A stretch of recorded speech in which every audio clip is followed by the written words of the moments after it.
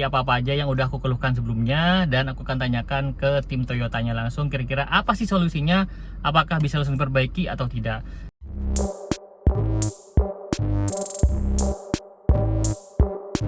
Hari ini aku akan servis pertama untuk Innova Reborn yang aku punya. Jadi hari ini aku akan sekaligus perbaiki apa-apa aja yang udah aku keluhkan sebelumnya, dan aku akan tanyakan ke tim Toyotanya langsung kira-kira apa sih solusinya, apakah bisa langsung diperbaiki atau tidak. Dan sebagai informasi, aku bener-bener nggak cuci mobilnya, jadi mobilnya bener-bener kotor, masih banyak debu-debunya, supaya kan kalau dari sana terus baru aku cuci. Nah, dari aku cuci, apakah masih akan nyala sensornya? Di situ akan ketemu jawabannya. Jadi kita langsung aja cus ke sana.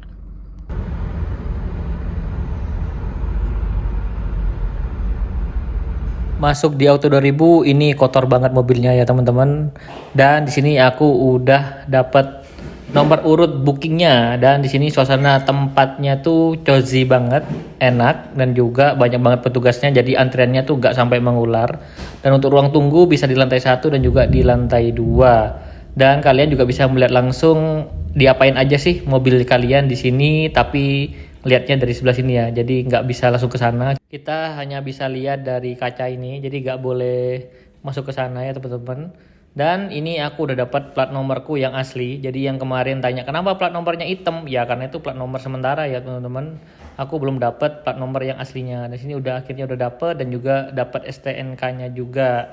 Dan aku akan kasihkan ke mas-masnya supaya bisa segera dipasang ya plat nomornya.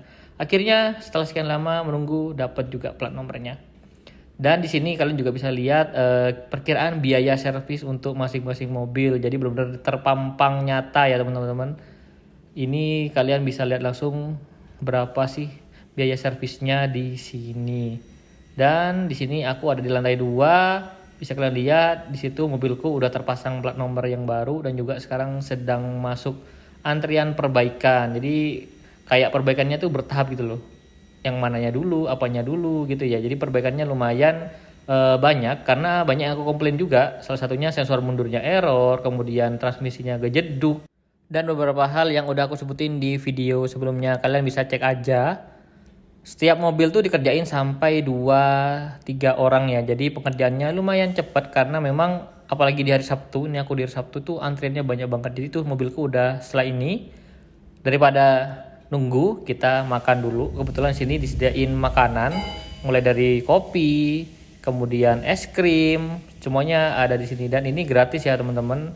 Kalian bisa ambil aja secukupnya ya, secukupnya. Dan untuk di lantai 2 juga disediain juga, jadi gak perlu ke bawah. Dan di sini aku tinggal ngopi dulu sambil nunggu. Nah, ini mobilku udah selesai, dan aku dapat wiper fluid ya teman-teman, dapat wiper fluid 1 botol. Dan untuk servis pertama, tanyanya biayanya berapa? Ya gratis, karena ini masih masuk garansi, jadi masih gratis. Dan ini hasilnya. Untuk Apple CarPlay memang nggak bisa, tetap delay. Kemudian yang aku concern adalah dari P ke R, ini apa, jeduk? Iya, enggak kan? Udah enggak. Dan sensornya udah bener, udah nggak error lagi. Kita coba ke D, kemudian kita balikin ke R lagi, dan ke P, tuh nggak ada masalah loh, udah gak ada bunyi lagi. Sebelumnya kan lumayan ini kan, lumayan keras bunyinya, ini udah nggak lagi. Dan sensornya udah beres, karena udah mereka coba dan mereka cuciin mobilku juga ternyata. Jadi mereka tuh pengen ngeliat sensornya tuh rusak apa enggak, tuh caranya disiram. Ini udah oke, jadi nggak ada masalah untuk sensor mundurnya. Apa yang dilakuin mereka? Jujur aku nggak ngerti. Apakah diganti atau hanya diperbaiki? Aku juga nggak ngerti. Yang jelas aku maunya mobilnya oke. Kemudian untuk AC ya memang udah nggak bisa. Memang dingin memang AC-nya mobil ini. Tapi ya dipakai seperempat aja lah kalau kalian memang nggak kuat sama dingin. Untuk Apple CarPlay ya yang penting berguna untuk map dan untuk lagu itu gak ada masalah. Tapi kalau kalian mau scroll atau anak kalian, istri kalian, atau penumpangnya mau main TikTok, ya mending pakai yang mode iPod atau mode Bluetooth, karena itu nggak nge-lag. Jadi kalian bisa pakai mode yang itu supaya tidak nge-lag saat bermain handphone di mobil ya. Kemudian untuk apa ya, kotor-kotor tuh ya memang harus dikasih skin guard lagi ya teman-teman. Dan ini hasilnya setelah servis mobilnya dicuci sama mereka. Memang ternyata kalau beli di Auto 2000 itu dia dapat servis nyuci mobil juga secara gratis sebulan sekali. Dan plat nomornya udah terpasang ya, udah terpasang guys. Yang bilang plat nomor palsu itu bukan palsu, itu plat nomor sementara dari dealer ya teman-teman. Dan kinclong, dan juga aku lihat di sensor belakang ini sudah kayaknya nggak ada perubahan, gitu-gitu aja. Mungkin sama mereka dibuka kemudian diapain entah, aku nggak begitu concern. Yang penting fungsinya sudah balik sempurna seperti awal, jadi sudah nggak error-error lagi.